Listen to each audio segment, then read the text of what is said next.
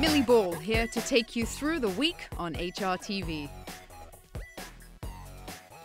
Saratoga was center stage this week for the 141st running of the Travers Stakes. This was the scene at Travers Day 2 years ago. If all goes well today, the canoe could once again sport the WinStar colors. It was Super Saver who held them all at bay. But how strong was this year's Kentucky Derby? Time ticking away for Icebox. He's still got a lot to do and only 3 furlongs to do it. Saratoga has not been kind to Nick Zito this summer. Is Fly Down good enough to make amends? Looking very good indeed was Fly Down by 6 commanding lengths. And the favorite, A Little Warm, for trainer Tony Dutrow, the chance of a lifetime. It is a little warm in the Jim Dandy. This event dates back to the mid-1860s. The Midsummer Derby from America's oldest sporting venue. The Travers Stakes is next. Karen Johnson was on site to get the thoughts of trainers and owners preparing their horses for the Travers. What did you think about the post-draw 11? Not crazy about it, but if you look at the 10 or 11 posts and you say, wow, their stats are not good, it's not reflective of what's going to happen Saturday because it's a 1.25 miles. They start at the 8th pole, so you have a lot more run to the first turn. How did you prepare him, whether he was going to run 7/8 or 10 furlongs? It didn't really make any difference. He's very fit. He hasn't missed a day since April when we missed the Withers, and he only missed 3 days then. And luckily for us, we didn't have to worry about a jockey shipping, the horse shipping, or going to a different racetrack. But he's fit and ready to go, so we didn't have to change anything. We need a sturdy, rugged horse that's very sound, and that's what he is. I mean, he's a big, strong horse, and his legs are good. He's a very sound horse, and he just keeps getting better. You need a horse that's steadily improving. How do you view this year's Travers Field? Very contentious. I mean, really even. I mean, you got a lot of horses have a great chance. That's why the field's so full. I can only say one thing. Of all the races I've went into, I feel like I'm totally relaxed. I think in the next couple months, you'll see a real big-time horse, a big-time Saturday horse. What does the Travers mean to a trainer? Well, to me, it's like one of the most prestigious races you can win. You know, the Triple Crown races, you know, they go without question. You know, they're right up there, and the Breeders' Cup races are right up there. But I think the Travers has special meaning. It's a pretty good race. There's no question, and it means a lot. So I'll take it. The Tony Dutrow Barn and A Little Warm were the subjects of this week's HRTV Diary. I'm outside A Little Warm's barn here at Saratoga, and there's a hubbub of activity going around. It's training hours and it's early in the morning, but there's one thing that's probably for sure, and that's A Little Warm is probably taking a nap right now. Let's come and see. Like some days he just wakes up and he wants to go out and play and just go crazy right away. And other days he's like, yeah, well, you know, I was up late last night, but he definitely enjoys his rest. And he'll sleep for hours. Little Warm's taking a stroll through the Saratoga paddock. He's a character, full of energy, full of life, always a good boy, but a lot of character to him. He's fun to be around. Good looking horse. Yeah, thank you. That's a big horse? A little warm. Oh, good luck with it. Thank you. Good luck. Thank you. Lays down and sleeps a lot. Sleeps a lot. Almost always sleeping. Little Warm looks pretty cool after his nice gallop today. So how was the gallop, Tessa? Oh, he was great, as usual. He's definitely my favorite. He's so confident and so classy that he doesn't make me nervous because he's always got the attitude like, I've got this.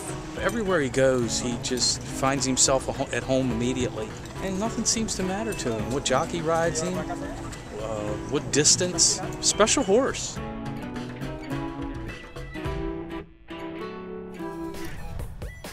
With a wide open field, this year's Travers Stakes came down to the wire. Miners reserve. First dude, they're 1-2. A little warm is revving up. Fly down is coming like a shot on the far outside, and here he comes. It's wide open. Trap shot is in behind horses. Super Saver down toward the inside.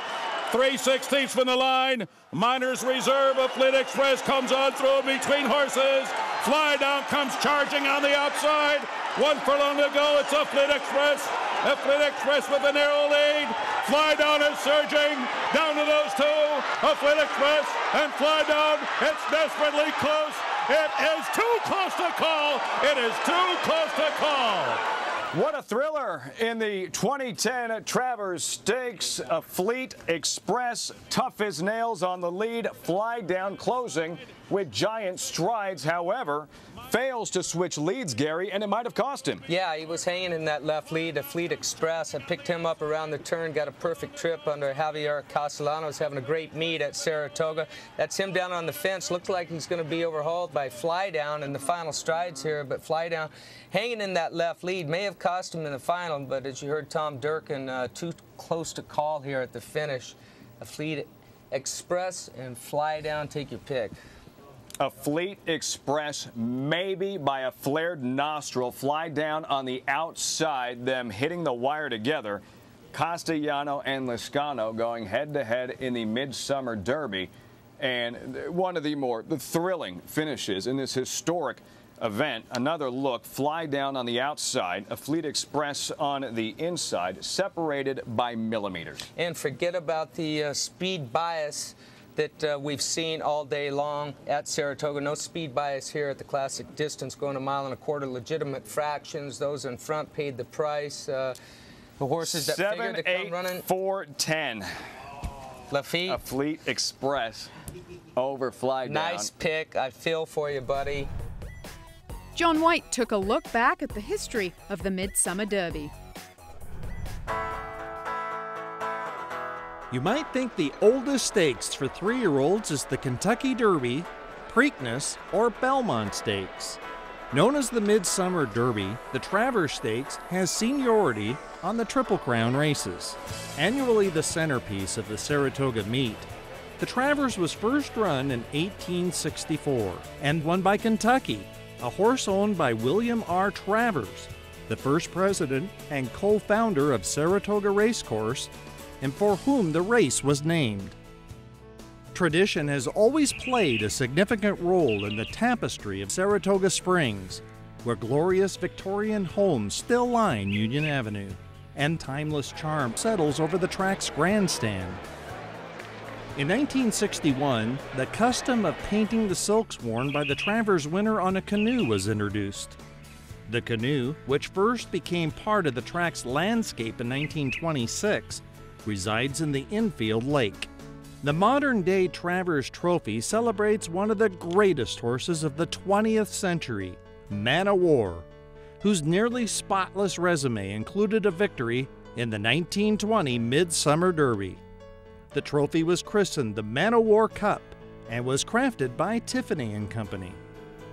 A gold-plated replica is presented to the winner each year by a family member of Samuel Riddle, Man o' War's owner. The Travers has had a say in determining the 3-year-old champion on more than a dozen occasions. The most recent Travers winner to earn the 3-year-old title was Summer Bird in 2009. The winner of the Travers and the Belmont is Summer Bird. The leggy chestnut, who put his rookie trainer Tim Ice on the map, splashed home over a sloppy track to join his sire Birdstone in sweeping both the Belmont Stakes and Midsummer Derby.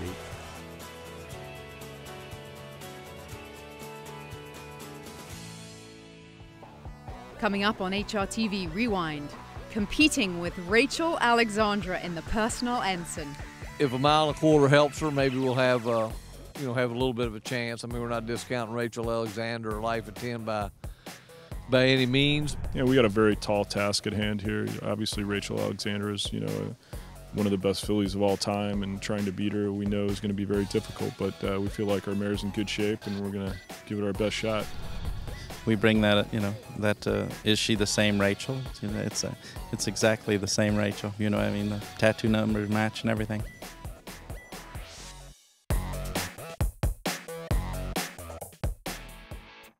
In a feat unmatched in the history of the Breeders' Cup, trainer Shug McGahee and the Phipps stable combined not only to win the 1988 Distaff with Personal Ensign, ending her career with an undefeated record, but to return and win with 2 successive generations.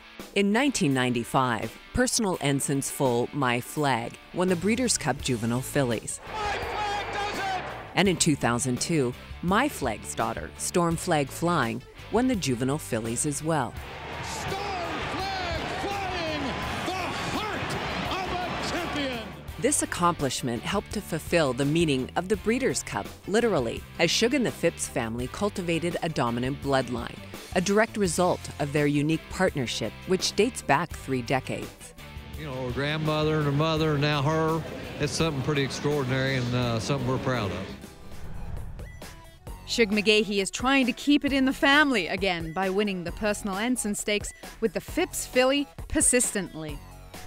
How nice is it to run in a race that is named for a lovely mare that you trained? Well, I'm not sure that wasn't some of Mr. Phipps' decision, too, because I kind of left it up to him, and he said, well, you know, if it's going to be a short field, I'd like to go there, and which suited me fine. But yeah, it's fun. We were lucky enough to win it 3 or 4 years ago with Storm Flag Flying when she beat Azeri, and obviously that was a big thrill. And you know, we're looking forward to Sunday. Tell me how persistently is doing coming into the Personal Ensign. Well, obviously she's doing very well, or you know, we wouldn't even be thinking about running. But you know, when we stretched around 2 turns, she ran pretty good, and you know, we think that if 1.25 miles helps her, maybe we'll have you know, have a little bit of a chance. I mean, we're not discounting Rachel Alexander or Life at 10 by any means, but you know, one day last fall at Aqueduct, Life at 10 just did beat us. So, but we're hoping that maybe the 1.25 miles is going to be the answer to her, to where you know, maybe we'll have a little bit of advantage going that far, where some of the others might not want to run that far. Jeff shared his Breeders' Cup Elite 8 for the Ladies' Classic on Thursday's Pursuit of the Cup. Rachel, I think, it will be up to the task, but she's going to have to be at her best. In fact, it's one of the really premier showdowns we've seen, and it will impact my rankings and my Breeders' Cup rankings that we have for this week on the Ladies' Classic. This brought to you by twinspires.com.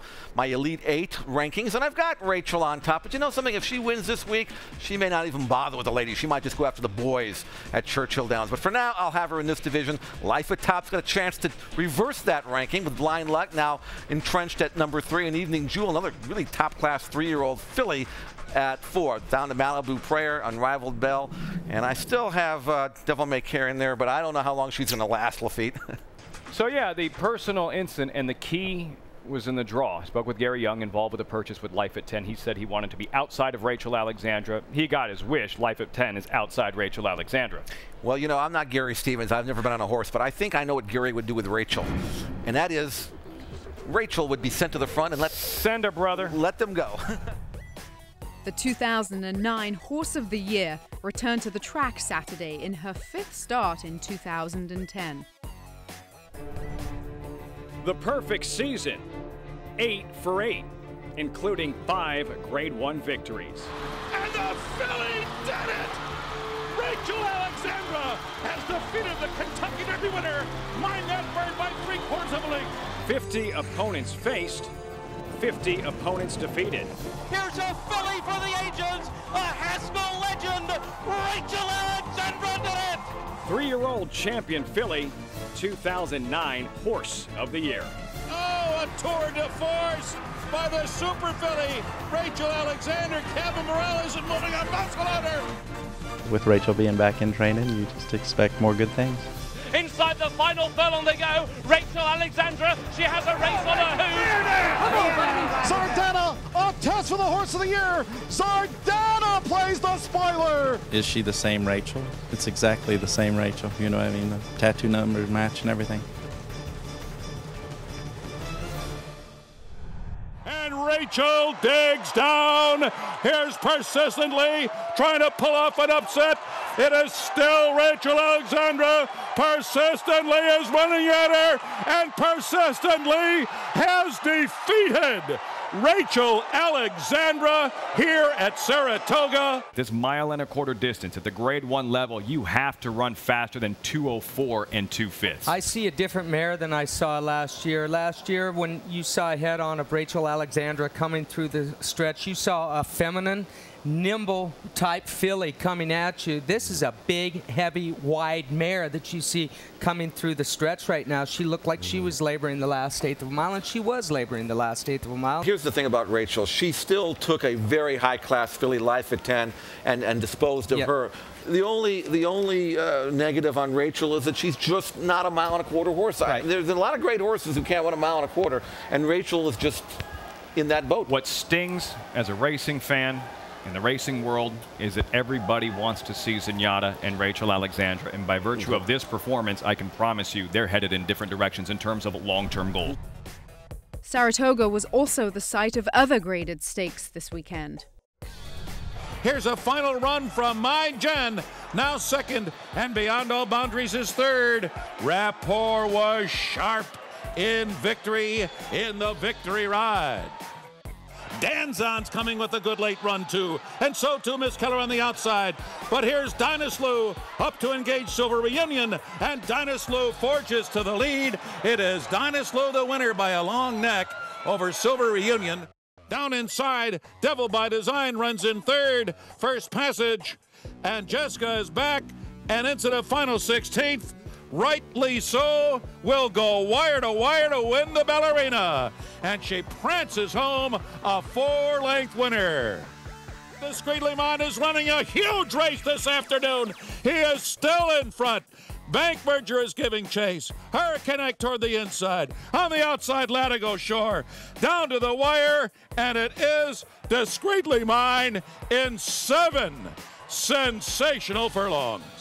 Coming up next on HRTV Rewind. So you just never know what you're going to see with some of these 2-year-olds. An Awesome Feather well on her way to stay undefeated, and she will draw off to win impressively in the Susan's Girl.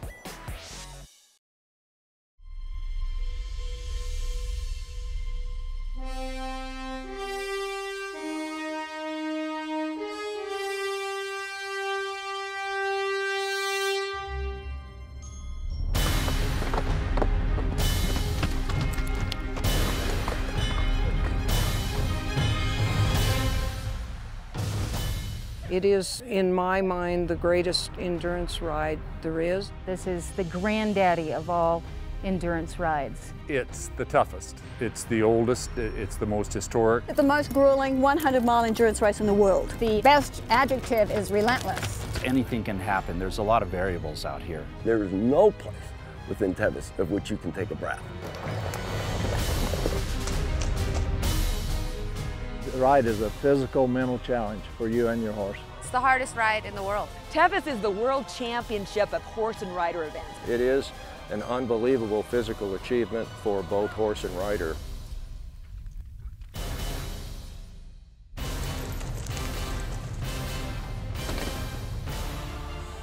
These horses are fine-tuned athletes.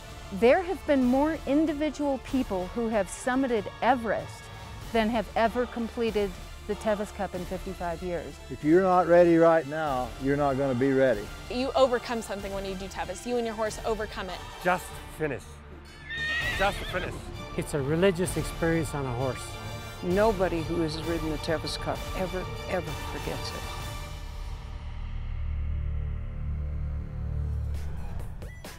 Track announcer Bobby Newman was on the phone before the juvenile showcase at Calder Racecourse. The nice big card of 2-year-olds. What are you most looking forward to on Saturday, Bobby?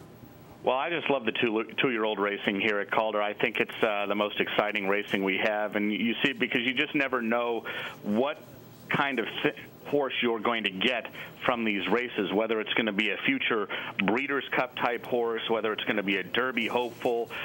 You could, I mean, Blind Luck raced here for a $40,000 tag, I think, last year. And, you know, she's the best 3-year-old filly in the country right now, and we'll probably get to run in the Breeders' Cup Distaff later on, or Ladies' Classic rather, later on down the line. Funny Bone started his career as a 2-year-old last year here for trainer Joe Calshabetta, and obviously he's one of the top sprinters in the nation now, so you just never know what you're going to see with some of these 2-year-olds. Dual Exhaust runs second in my mass media, but no catching Machisa, 45-1 in the Fasig-Tipton Turf Dash. Machisa. To Experience, the only one with a chance to get him, and he is slowly making ground. Anderson State is getting tired. To Experience surging in the final 50 yards, and To Experience wins the Seacliff.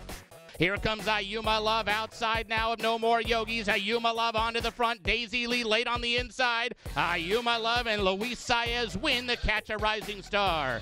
Rough and Royal, Gourmet Dinner, the two favorites together a 16th out. It's Gourmet Dinner doing better than Rough and Royal, and Gourmet Dinner remains undefeated. He wins the Affirmed.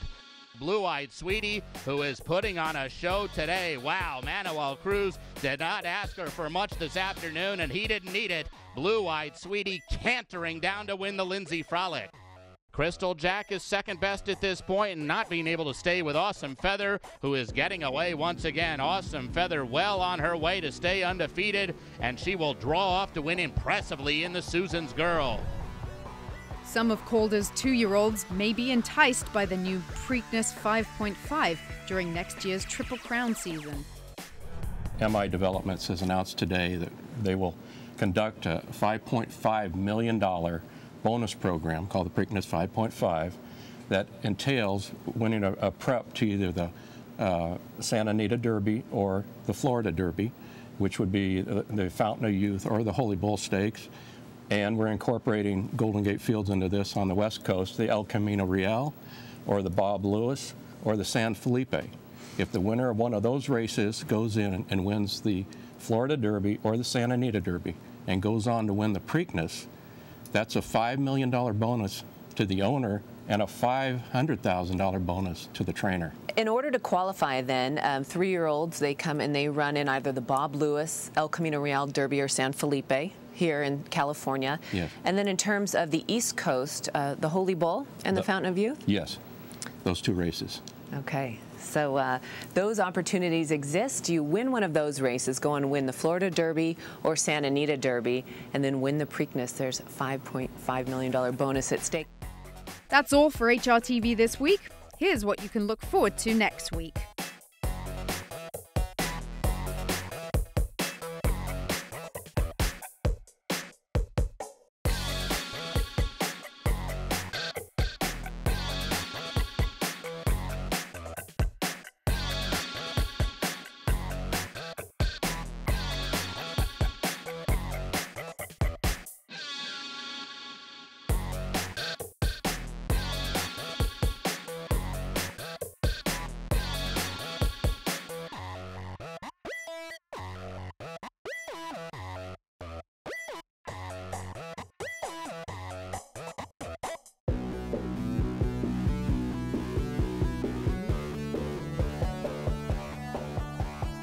Top of the stretch, though, you said that, who was it? Somebody scared the, quote, hell out of you. Who was it again? Mark Guidry. We decided in the jocks room if we could touch the person next to us, you were too darn close.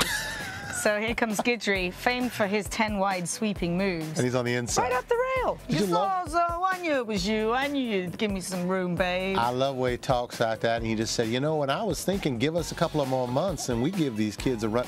I'm like... He's not from Texas. Oh, I know, but that was my interpretation.